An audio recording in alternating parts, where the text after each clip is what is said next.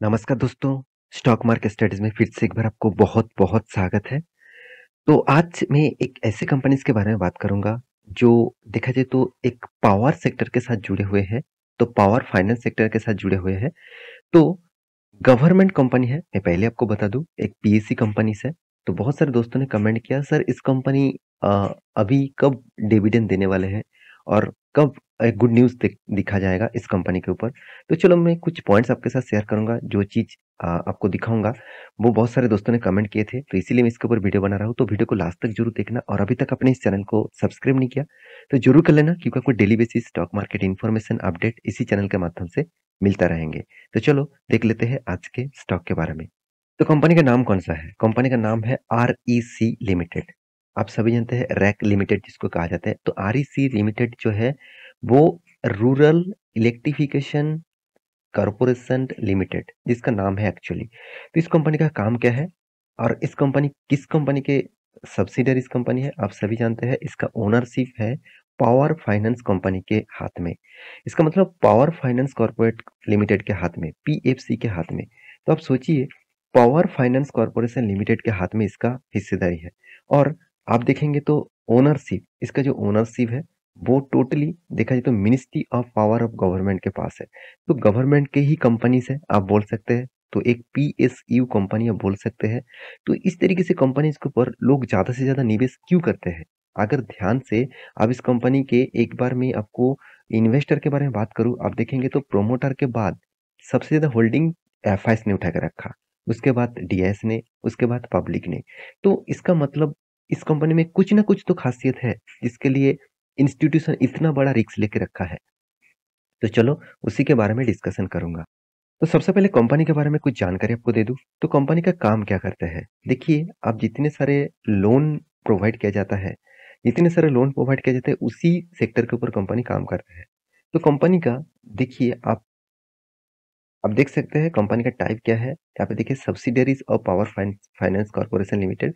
तो power finance के ऊपर कंपनी काम करते हैं। तो इसका मतलब कंपनी जब से स्टार्ट हुआ, कंपनी स्टार्ट हुआ 1969 से, बहुत पुराना कंपनी भी है। अराउंड 53-54 इयर्स के आसपास कंपनी हो चुके हैं। तो कंपनी के देखिए आरईसी जो लिमिटेड है, तो मतलब आरईसी जो लिमिटेड कंपनीज़ है, तो वो देखा जाए तो 12th महारत्ना कंपनीज़ यहाँ पे देखिए के ऊपर जुड़कर काम करते हैं और वो भी गवर्नमेंट कंपनी है, मैं पहले आपको बता चुका हूँ। तो कंपनी की अभी सर्विसेज़ क्या है, चलो वो मैं आपको दिखा देता हूँ। मेन देखना है कंपनी सर्विसेज़ क्या देते हैं। देखिए कंपनी का जो सर्विस है, आप देखेंगे तो देखिए स्टेट इलेक्ट्रिसिटी बोर्ड, साथ ही साथ rural rural electricity board, NGO के ऊपर, प्राइवेट पावर डेवलपर्स के ऊपर, इस तरीके से प्रोजेक्ट के ऊपर कंपनी सर्विसेज देते हैं। स्टेट और सेंट्रल गवर्नमेंट का जो पावर सेक्टर है, उसके ऊपर भी कंपनी सर्विसेज देते हैं। तो कंपनी के और थोड़ा-सा डिटेल्स के बारे में बात करूँ तो आपको ध्यान से इस चीज़ को देखना होगा। देखिए की पॉइंट्स, सर्विसेज ऑफर्ड, कंपनी क्या-क्या सर्विस देते हैं? लोन एंड यहाँ पे देखिए जनरेशन प्रोजेक्ट। तो लोन एंड जनरेशन प्रोजेक्ट के ऊपर कंपनी सर्विस देते हैं। साथ ही साथ लोन एंड यहाँ पे देखिए ट्रांसमिशंस प्रोजेक्ट के ऊपर भी कंपनी काम करते हैं। लोन एंड डिस्ट्रीब्यूशन प्रोजेक्ट के ऊपर भी कंपनी काम करते हैं। साथ ही साथ short term loan, medium term loan के ऊपर भी कंपनी काम करते हैं। यहाँ पे देख सकते हैं और भी देखिए एसेट क्वालिटी के ऊपर काम करते हैं, साथ ही साथ और भी बहुत सारे प्रोजेक्ट है। तो कंपनी का मेजर प्रोजेक्ट आपको पता चल गया। तो अभी कंपनीज़ के बारे में इसीलिए मैं डिस्कस करूँगा क्योंकि प्रोमोटर के बाद सबसे ज़्यादा होल्डिंग क्यूएफआईएस ने उठा के रखा।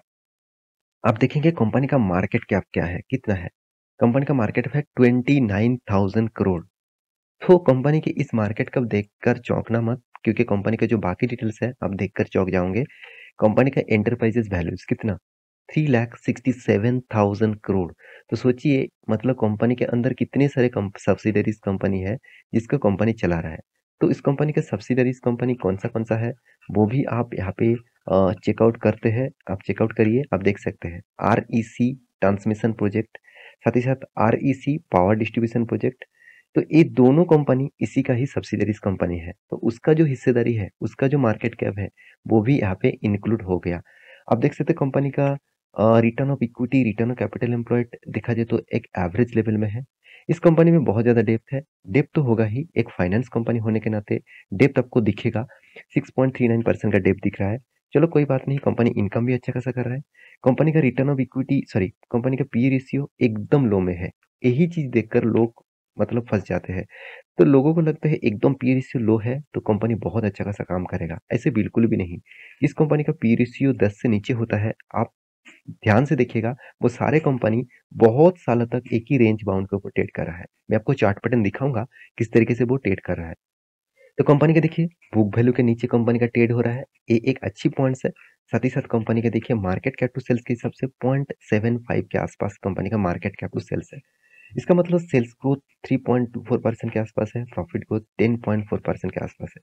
तो profit growth and sales growth दोनों को मेजर एंड कम मतलब कंपेयर करें तो ऑब्वियसली आपको बहुत वीकनेस देखने को मिलेगा। हाँ, एक चीज अच्छा है, कंपनी का मार्केट कैप टू सेल्स 1 रुपये कमाने के लिए कंपनी को 75 पैसा देना पड़ रहा है, तो एक अच्छी बात है कंपनीज के लिए। तो कंपनी ने जो खासियत दिखाया वो आपको दिखाऊं। कंपनी का सेल्स ग्रोथ बहुत शानदार है, कंपनी का एक्सपेंस बहुत कम है। आप कहेंगे सर इतना बड़ा सेल्स इतना एक्सपेंस कम क्यों? क्योंकि वो फाइनेंस कंपनी है, उसका जो एक्सपेंस होता है वो ऑफिशियली एक्सपेंस होते हैं। कोई रॉ मटेरियल्स का खर्चा नहीं, कोई ट्रांसपोर्टेशन का खर्चा नहीं। तो इस तरीके से खर्चा वो बचाते हैं, तो इसीलिए कंपनी का एक्सपेंस बहुत कम देखने को मिलता है।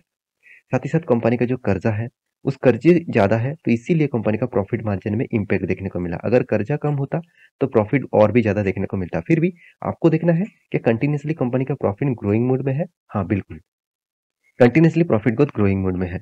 तो कंपनी का सेल्स ग्रोथ, कंपनी का प्रॉफिट ग्रोथ, यहाँ पे सब कुछ अच्छा होने के बाद भी कंपनी का रिटर्न देख लीजिए। रिटर्न ना के बराबर है। आप कहेंगे सर इतना कम रिटर्न में क्यों इंस्टीट्यूशन इतना इतना बड़ा माल उठा के रखा है? चलो वो पॉइंट में तो दिखाना ही भूल गया। वो है कंपनी का डिविडेंड। कंपनी देखिए 30% के आसपास कंपनी डिविडेंड पे आउट कर चुके हैं। तो यही खासियत है, 10.4% का डिविडेंड यील्ड है। तो डिविडेंड पाने के लिए एक फिक्स देखिए, मान के चलिए आपके पास 100 करोड़ है, 100 करोड़, तो 100 करोड़ तो डायरेक्ट आप स्टॉक मार्केट में निवेश नहीं कर सकते, क्योंकि आपको उतना रिस्क आप ले नहीं सकते। तो इसलिए आप थोड़ा-सा डाइवर्सिफिकेशन करेंगे, थोड़ा-सा म्यूचुअल फंड में रखेंगे, थोड़ा-सा डेब्ट फंड में रखेंगे, थोड़ा-सा एफडी भी शायद कर सकते हैं, उसके बाद स्टॉक मार्केट में भी निवेश कर सकते हैं। तो इस तरीके से डाइवर्सिफिकेशन बड़े-बड़े जो इंस्टीट्यूशन होते हैं, वो भी करते हैं, क्योंकि एक जगह पे वो निवेश नहीं करते हैं। एक जगह पे निवेश कर देंगे, अगर कल जाके स्टॉक मार्केट में कुछ क्रैश देखने को मिला, तो उसके थोड़ा-सा पोर्टफोलियो में उसका जो फंड है, उसके ऊपर गड़बड़ी देखने को मिलेगा। तो इसीलिए हमेशा डाइवर्सिफिकेशन किया जाता है।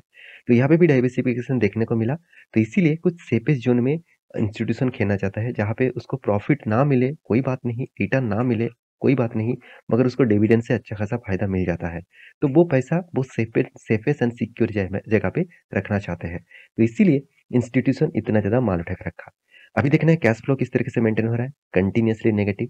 देखिए फाइनेंस कंपनी है, तो फिर भी कंपनी को नेगेटिव कैश फ्लो दिखाना ये सही नहीं है, क्योंकि कंपनी आपको प्रॉफिट तो दिखा रहा है, हाथ में तो अच्छा खासा प्रॉफिट हो रहा है, वो तो दिखा रहा है, मगर वो पैसा एक्चुअली कंपनी के हाथ में नहीं आ रहा है। जितने पैसा प्रॉफिट में आ रहा है, वो पैसा फिर से वो लोन के हिसाब से बाँट दे रहा है। तो मतलब कंपनी दिखा रहा है कि चलो मैं आपको समझा देता हूँ, कंपनी मान के चलिए यहाँ पे लोन बाँटा, तो लोन का उन्होंने सोचा लोन का इतना रिटर्न आएगा, तो वो सोच के वो प्रॉफिट एंड लॉस में उसका हिस्सा दिखा दिया कि इतना प्रॉफिट मुझे आएगा। एक्चुअली लोन का पैसा आने में देर होता है, बहुत सारे लोन डिफ़ॉल्ट भी हो जाता है, तो इसके कारण कंपनी का कैश फ्लो नेगेटिव में है। ये सबसे बड़ा वीकनेस है कोई भी कंपनीज़ के लिए। तो कंपनी एक्स्ट्रा बेनिफिट क्या दिया? देखिए कुछ दिन पहले ही कंपनी आपको डिविडेंड दिया था, इसके ऊपर आपको वीडियो बना के दिया था। तो 2022 में ही देखिए 3-3 बार करके डिविडेंड मिल गया, और एक बार डिविडेंड ज़रूर मिलेगा, क्योंकि इस बार दिसंबर मतलब 2022 में और शायद नहीं मिलेगा, शायद 2023 में आपको मिलेगा। तो कंपनी 2021 में देखिए 3-3, 4-4 बार डिविडेंड दे चुके हैं। तो यही खासियत के लिए इंस्टीट्यूशन निवेश करते हैं। अभी इसका चार्ट पैटर्न के बारे में बात करें तो कंपनी देखिए, आपको मैं जो चीज़ बता रहा था इतने टाइम तक, वही चीज़ आपको देखने को मिलेगा। देखिए, जब से स्टार्ट हुआ एक ही रेंज के ऊपर काम कर रहा है, ना अप में गया, ना डाउन में गया। तो कंपनी देखिए 52 वीक के आसपास देखने को मिला है। कंपनी एक ट्रेन लाइन में ड्रॉ करके दिया। इस ट्रेन को अगर ब्रेकआउट करते हैं, तो नेक्स्ट ये जो लेवल है, इस लेवल तक वो जा सकते हैं। मगर ये शॉर्ट टर्म लेवल्स है, करीबन-करीबन 127 128 लेवल रेंज के आसपास है। तो अभी ₹110 के आसपास चल रहा है, तो अभी देखना है कंपनी उस लेवल तक जाएगा कि नहीं जाएगा। तो आप कहेंगे सर क्या इसके लिए क्या स्विंग ट्रेडिंग के लिए कुछ कुछ इन्फॉर्मेशन है, मैं इस तरीके से कॉल कंपनीज़ के ऊपर कोई swing trading, short term trading भी नहीं करता हूँ और as a long term vision के लिए भी इस कंपनी के ऊपर निवेश में नहीं करके रखा हूँ। ये मेरा राय है, आपका राय अलग भी हो सकते हैं, आपका डिसीज़न अलग भी हो सकते हैं, आपका थिंकिंग अलग भी हो सकते हैं, तो उसके हिसाब से आप रिसर्च करिए, उसके ऊपर आप निवेश करिए। तो सारा इन्फॉर्मेशन आपके सामने मैं शेयर कर चुका हूँ, तो मेरे वीडियो कैसा लगा ज़रूर कमेंट करना। इसी तरीके से इन्फॉर्मेशन वीडियो पाने के लिए चैनल को सब्सक्राइब भी करना। मिलते हैं नेक्स्ट नया स्टॉक लेके, तब तक के लिए अच्छे से रहिए, अपना ख्याल रखिए, बाय बाय।